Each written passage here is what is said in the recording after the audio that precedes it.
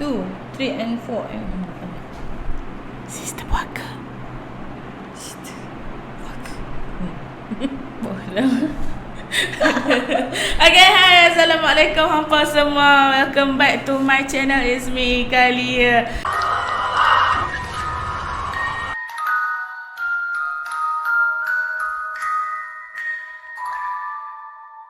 Aku mau kasih tahu mengenai sebuah dosa.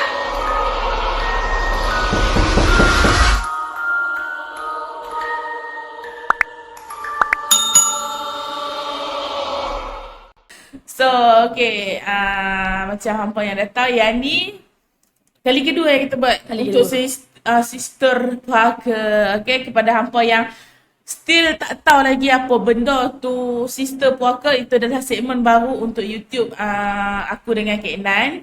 So dalam sister puaka ni kita akan share pasal cerita ataupun kita akan macam huraikan pasal satu tajuk ataupun ceritakan pengalaman berdasarkan tajuk yang kita orang akan bincangkan pada minggu itu. Segmen ni hampa boleh juga bagi cadangan nak kami sembang pasal tajuk apa semua, nak kami huraikan pasal tajuk apa semua macam itulah. Hari ni dengan bangganya saya nak bercerita pasal satu tajuk yang sangat umum di kalangan masyarakat Malaysia, Melayu. Dia tajuk dia macam agak besar jugalah. Okey, apa tajuk dia, Nan? Bu. Ni. Yeah. So kita akan ceritakan pasal bunian. Okay? So apa yang kita nak cerita pasal bunian ni sebenarnya? Kalau boleh aku nak kau terangkan juga kan apa itu bunian. Sebab kalau K9 aku ada pengalaman. Tapi not into pengalaman tu tak sebesar kau lah. Jadi kau cuba terangkan sikit lah dulu. Apa itu bunian? Namanya jugalah yang tanya kan masa kita live hari tu. Aku ke yang kena terangkan bunian tu apa? Kamu sebab bunian jarang lah cerita pasal bunian. Tak apa geng, sampai sini je video kita hari ni.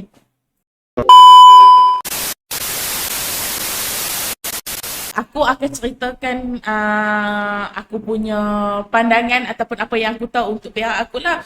So untuk Nan lagi dia akan cerita pasal dia, apa yang dia tahu pula pasal bunian ni.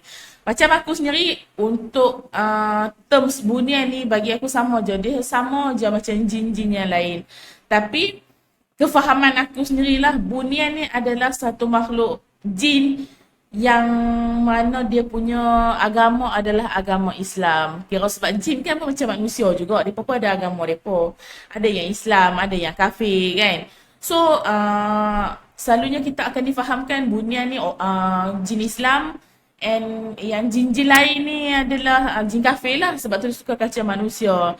Sebab aku jarang dengar kes bunian kacau manusia.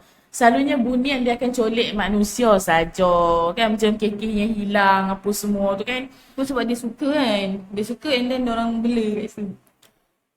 Itulah, aku pun macam, aku bersyukur lah sebab bunian tak suka kat aku kan. Tapi aku rasa kalau kata bunian nak ambil aku pun dia fikir 10 kali.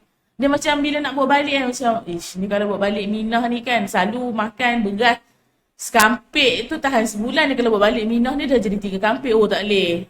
Walaupun orang bunian ni dia selalu kata kaya, tapi dia pun takut dia pun bankrupt kalau dia pun bela aku. Aku sebenarnya serba salah nak gelak kalau pasal body shaming diri sendiri ni. Aku tengok.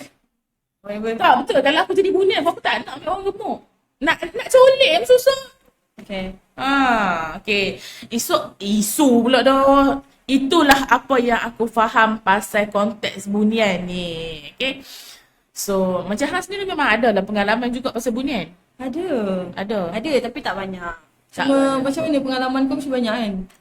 Pengalaman aku pasal bunian, nak kata gempak sangat pun tak lah. Nak kata tak gempak pun gempak juga kan. Biasa kali mana bercerita tak pernah gempak. Okay. So, pengalaman aku sendiri pasal bunian. Okay. Sebenarnya kan aku tak berapa yakin betul ke itu adalah bunian ataupun bukan. Tapi pengalaman aku macam ni lah. Macam mana yang hampa tahu, aku sebenarnya kan aku buat paranormal dulu. Okay, so bila kita buat live ataupun kita dah ada satu community macam kita ada YouTube sekarang kan, ada fans apa semua kan. So kebanyakan diorang ni pun ada juga yang tahu tempat-tempat seram macam dekat kawasan diorang sendiri. So samalah macam masa aku buat paranormal dulu pun, bila kita dah buat live ataupun kita macam sembang-sembang buat live pun semua cakap, tak nak datang ke dekat Perak kan, ada satu tempat dekat area Kuala Kangsar macam tu, ada tempat seram apa semua. Dia macam bagi cadangan tempat. So bagi tim paranormal, diorang akan cari tempat yang jarang tim paranormal lain live. Maksudnya macam kalau kita cakap nak pergi Highland Tower, so bila kita pergi, kita tak dapat hasil tapi tim lain ada hasil. Banyak viewer yang macam akan sedih lah, sebab mereka harapkan macam tempat tu gempak. And viewers akan harapkan macam, tim ni pergi nampak pocong, kita pergi pun kena nampak juga. Sebab tu lah tim paranormal, dia akan cari tempat baru untuk buat paranormal lah. So bila kami dengar ada tempat yang tak pernah lagi tim lain pergi, so kita orang pun pergi. So bermulalah perjalanan kita daripada KL sampai ke Perak, pergi Kuala Kangsar apa semua. So kita orang pun pergilah buat paranormal dekat area Kuala Kangsar lah. Tapi aku tak ingat lah belah-belah mana kan. So dah settle tu apa semua, kita orang bergerak ke, kalau orang Perak yang mana tahu, kita orang panggil nama tempat tu Manong. Okay, kita orang pergi ke Manong. Untuk, aku tak ingat lah nak buat apa masa tu. Tak silap aku pergi rumah orang yang suggestkan kita orang tempat untuk paranormal tu kot. Pergi hantar dia balik, sebab dah habis paranormal kan.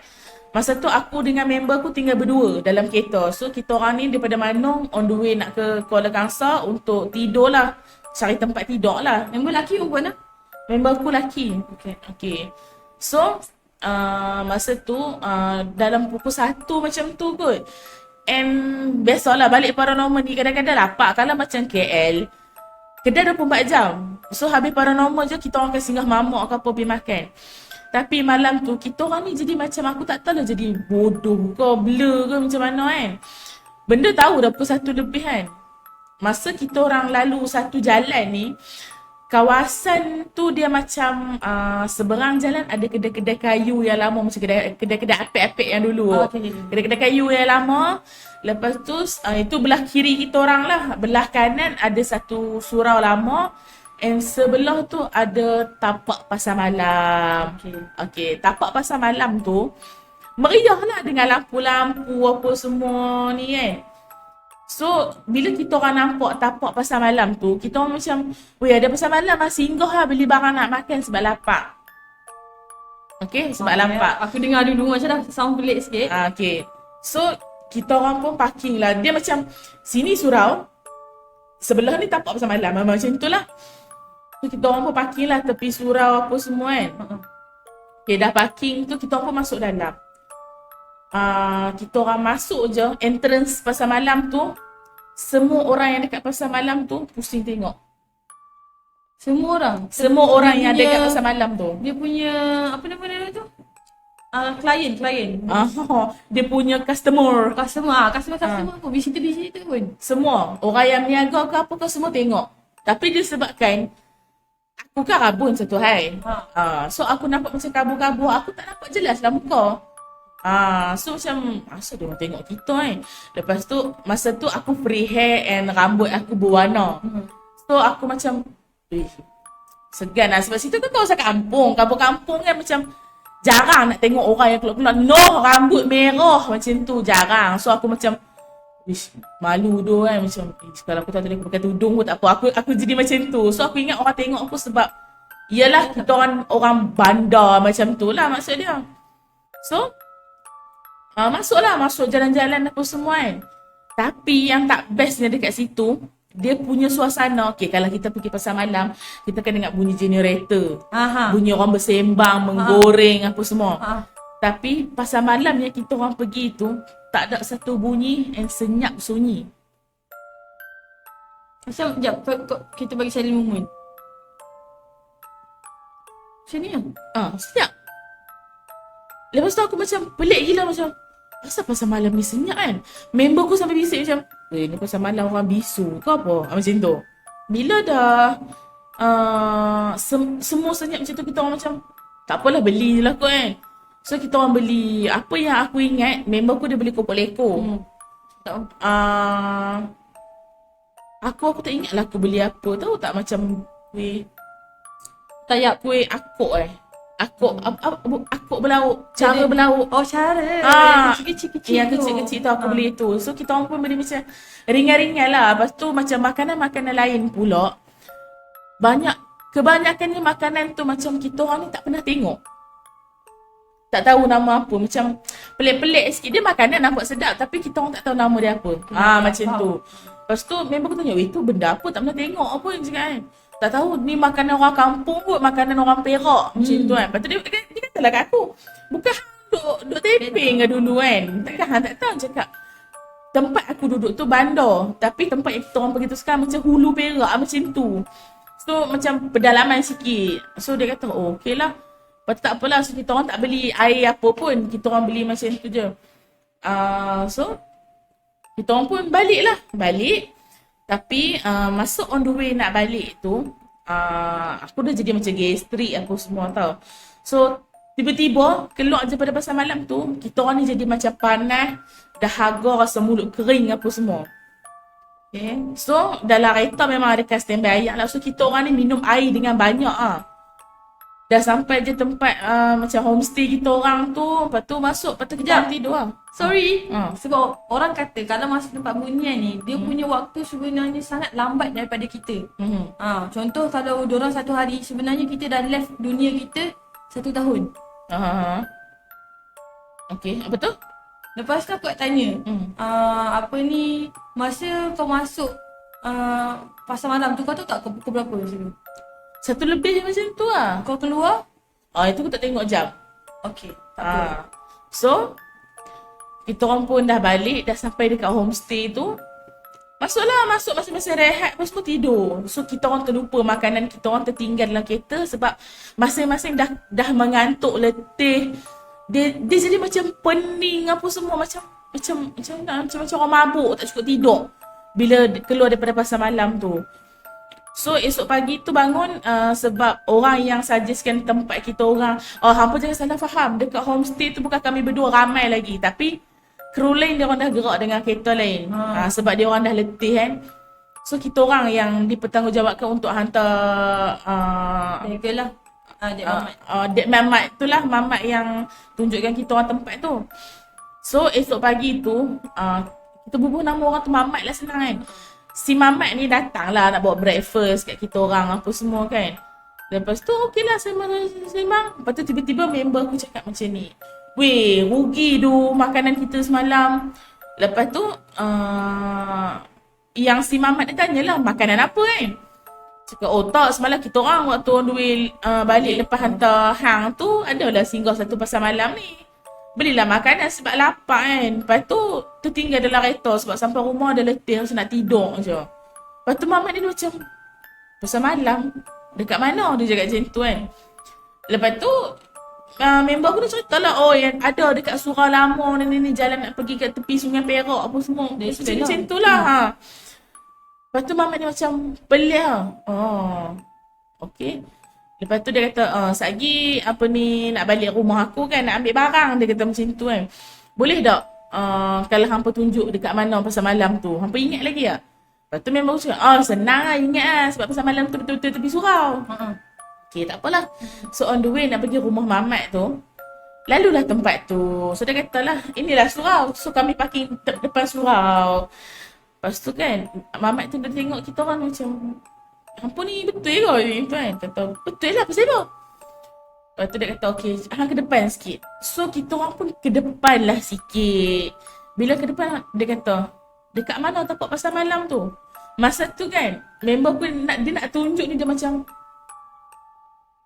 lepas tu dia tengok aku. Lepas tu aku cakap lah, kenapa? Aku cakap macam tu kan. Lepas tu dia kata, weh, sini kan tapak pasar malam yang kita pergi semalam. So aku tengok, aku tengok, lepas tu aku macam ingat balik yang semalam tu kan.